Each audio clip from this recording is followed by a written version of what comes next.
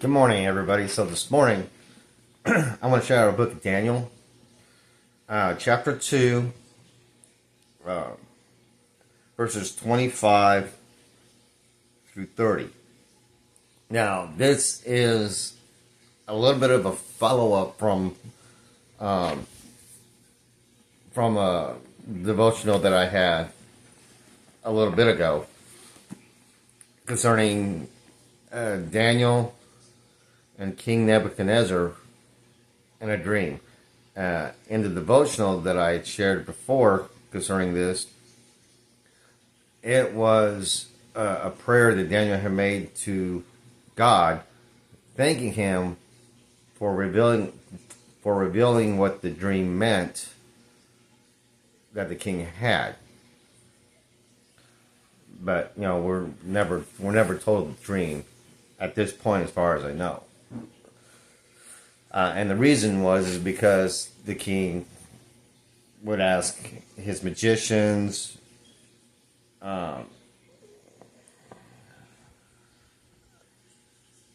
sorcerers, and wise men, if he answers a dream, but they kept stalling. So the king never gave him his dream because the king knew that they were just stalling for time until he changed his mind about his decree, the punishment if they got it wrong. Which, if they got it wrong, he flat out told them, you're going to die and your homes are going to be destroyed. And so, he ordered the decree that all wise men in Babylon be killed. That'd be the magicians, conjurer magicians, and anybody who would be in a position to where they should be able to do this for the king.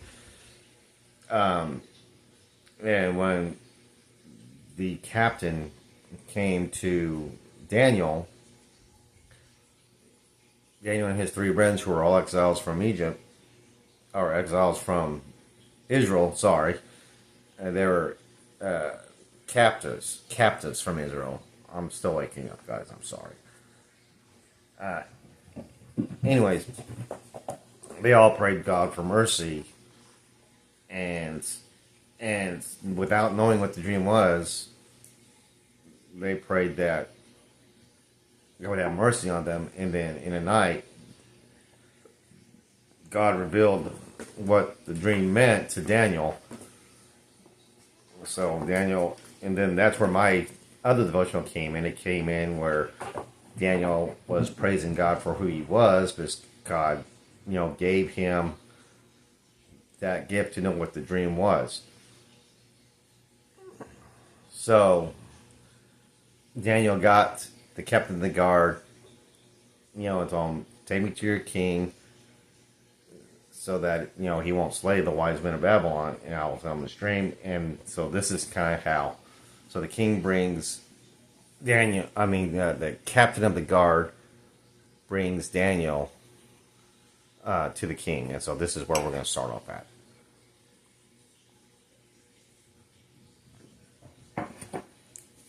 Sorry about that, guys. Okay, so here we go, starting with verse 25. Then Arioch hurriedly brought Daniel into the king's presence and spoke to him as follows. I have found a man among the exiles from Judah who can make the interpretation known to the king. The king said to Daniel, whose name is Belteshazzar, are you able to make known to me the dream which I have seen and its interpretation? Daniel answered before the king and said, as for the mystery about which the king has inquired, neither wise men, conjurers, magicians, or diviners are able to declare it to the king. However, there is a God in heaven who reveals mysteries, and he has made known to the king Nebuchadnezzar what will take place in the latter days. This was your dream and the visions in your mind while on your bed. As for you, O king, on your bed your thoughts turn to what would take place in the future, and who reveals mysteries has made known to you what will take place. But as for me, this mystery has not been revealed to me for any wisdom residing in me more than in any other living man, but for the purpose of making the interpretation known to the king, and that you may understand the thoughts of your mind. Okay, I'm going to put that. So, Daniel knowing that the punishment of getting things wrong is death.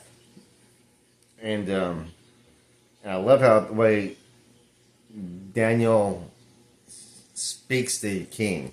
One, it was an immediate response. It wasn't like the diviners, the magicians, the wise men, and the conjurers from before, where they keep saying, well, "What's your dream? Well, tell us your dream. Well, tell us your dream." You know, hoping that the king would change his punishment statute. I mean, Daniel just flat up said, "Okay, you know, this is what it is." You know, and he tells them flat out, basically, that nobody, no man on earth can know the thoughts or dreams of other men. It can't happen. And he says, there is only one God in heaven who can reveal things of this nature to any one person. And in fact, Daniel says, that it tells the king, I don't have any wisdom about what you dreamed, beforehand, and it's not, and this interpretation is not for my benefit, it's for yours. God, he just told him that God is telling you that this is about the future, and that your thoughts in your mind are on the future, and that's what you've been troubled about. Basically, you've been troubled about the future. And so God revealed to me, what it all means, so you can understand what your thoughts and your dreams are concerning the future. And that's and that is, and the very important thing here to remember about this whole conversation. Up to this point, I mean, the king, as far as I know, this particular dream, I'm just kind of glancing over to make sure that I'm not forgetting anything. Yeah.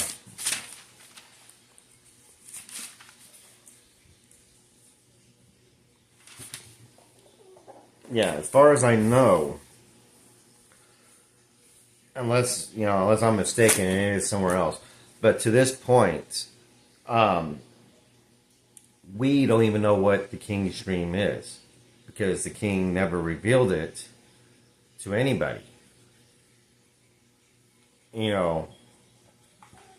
Because the king demanded that if I tell you this dream, you're going to tell me what it is, and if you're wrong, you die. And that was basically the gist of the king's decree, of Nebuchadnezzar's decree. So all his people who are supposed to be able to do this for him, they're like, tell us your dream.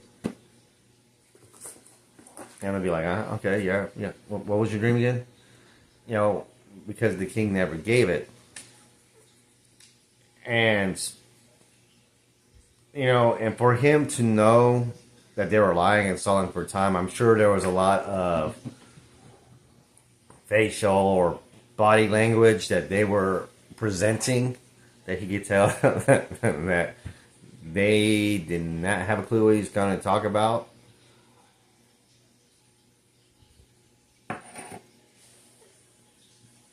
But he did call them out at it, and they finally told him, "Look, there's no man on this earth that can do what you want." And and that's when he declared that all the wise men of Babylon be killed, be slain, which included Daniel and his 3 friends, because they were considered wise men. But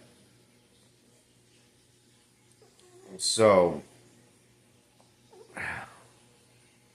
they lack confidence because they lack God, would be my interpretation of this.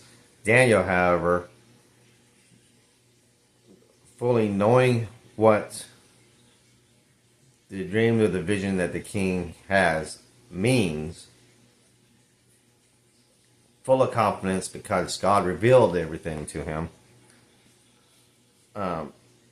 started talking to the king right off the bat as soon as the king asked the question. So at this point, we don't know what the king's dream was. All we know is that Daniel told the king that the dream is about the future, and that his thoughts that have been plaguing him in his sleep as a result of this dream that he's been having. And Daniel made it known to him that only God can reveal visions and dreams and what they mean to man. Man can't reveal this stuff to man, but God can reveal it to man. And God revealed it to Daniel not for any for any benefit for Daniel. Daniel's very plain to the king that what God had revealed to him is purely for Nebuchadnezzar and Nebuchadnezzar alone. God didn't tell Daniel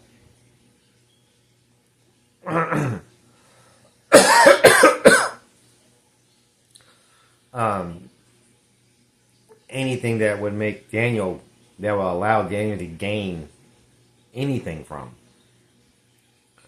Because the king's dream doesn't pertain to Daniel individually. It only pertains to Nebuchadnezzar himself. So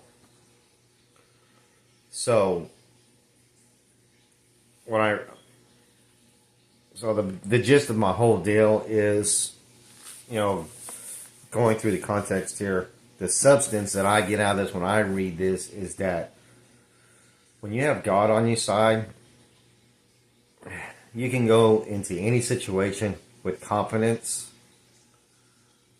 And when God reveals something for you, like if somebody comes up to you and been having trouble with something, if God reveals to you what it is that's bothering somebody, and happens to reveal to you what it means for that person, and you know 100% that it's God telling you this, then you should have the confidence to reveal it to that person, especially if that person is asking for the help or for the advice. In this case, the king just wanted to know what the dream was, what it meant, and because it was bothering him so much that he couldn't sleep. The king just wanted answers. No man on earth could give him the answers that he needed. Only God could. So, if you have somebody that you know that just can't find the answers to what they need, pray to God. Ask God to help either the matter to be revealed to them through himself, or if it's God's will, allow God to reveal it to you so that you might be able to share it with them in a way that they can understand. And that's pretty much exactly what Daniel's doing here. The king, not necessarily that the king is his friend, but the king had a problem, the king's solution to the problem was to kill all wise men. Daniel and his 3 friends prayed to the Lord. The Lord revealed what the dream was to Daniel. Now Daniel, in full confidence, is going to the king. And at this point, and without any detail, but told the king, at this point in gist, you're dreaming about the future. Your thoughts are dwelling on the future. And what I have to tell you, basically, is for you and you alone. It does not benefit me or anybody else. And the only one who was able to do this for you was God. So, anyways, I love you guys. You have a blessed day, and we will see you tomorrow. Bye.